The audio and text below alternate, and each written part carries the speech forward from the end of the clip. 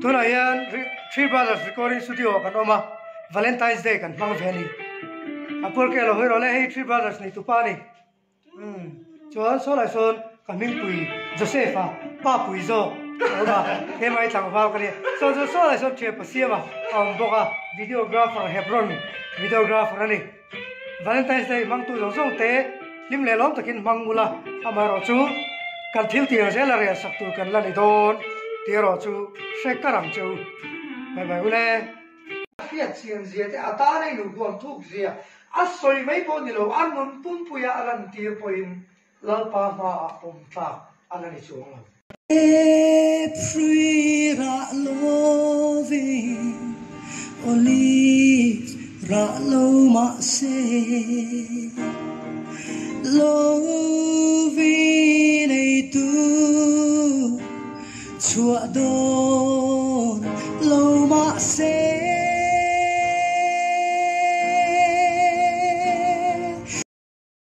vain thil thu a hian kavan van nei em hey jacket nal lutuk mai ka dong ani nal tak ani kan dalon kho chuak unu te in min present ani kalo me unu te dam rengang che hey Sunday night sharing a program thar pakhat kan nan nei don boka gospel new generation ti khan eta ti khan ta luisu yeah la kha ro pui la la thi ka bui ka lok na be ka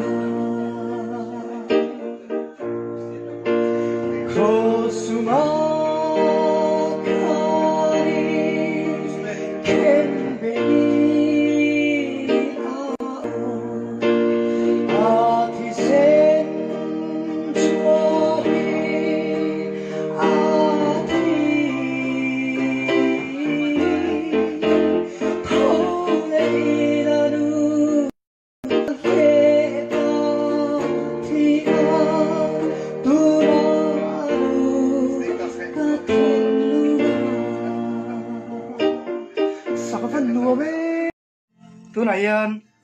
ka lathar tur ingai nom to ke ti kha Princeton music hi life a ti ve kan hi wangin an natural khop maya life rem khop maya nuam to pa YK solar channel lama a video official video tenen mu thein nom don ani a hun le ni ro chu na kila community lama karon dale don nia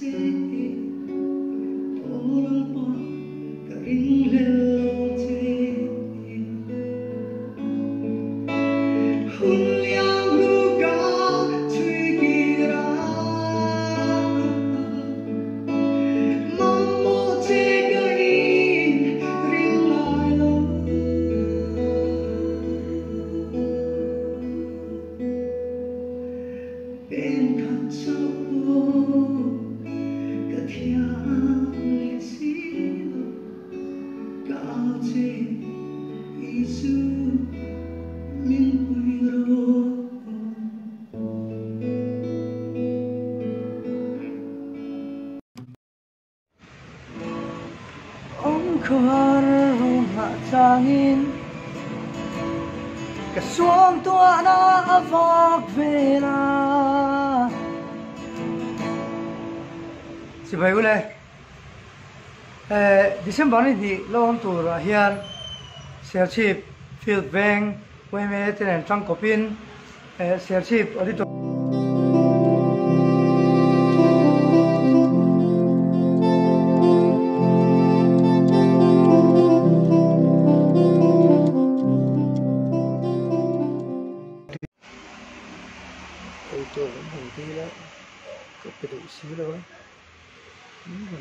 Sali hey giảm lên to cái tự xí rồi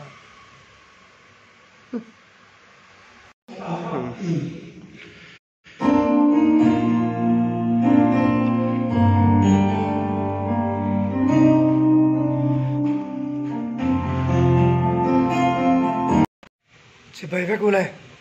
với lại là dàn program tour tối xí lúc xí khá thôn chung chú con tí thầy đón là vàng khóc mẹ cả đặc xa hi chắc là mẹ chào lúc cả thôn chung chú mình xuất hiện mula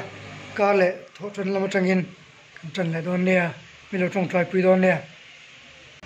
thil thà lâu thì tu tệ vàng in tilung ngay tu sula fellow takati te chu ot hek su lo bet angin a thukin an on thua yanga nim hring angin an la vuai don si a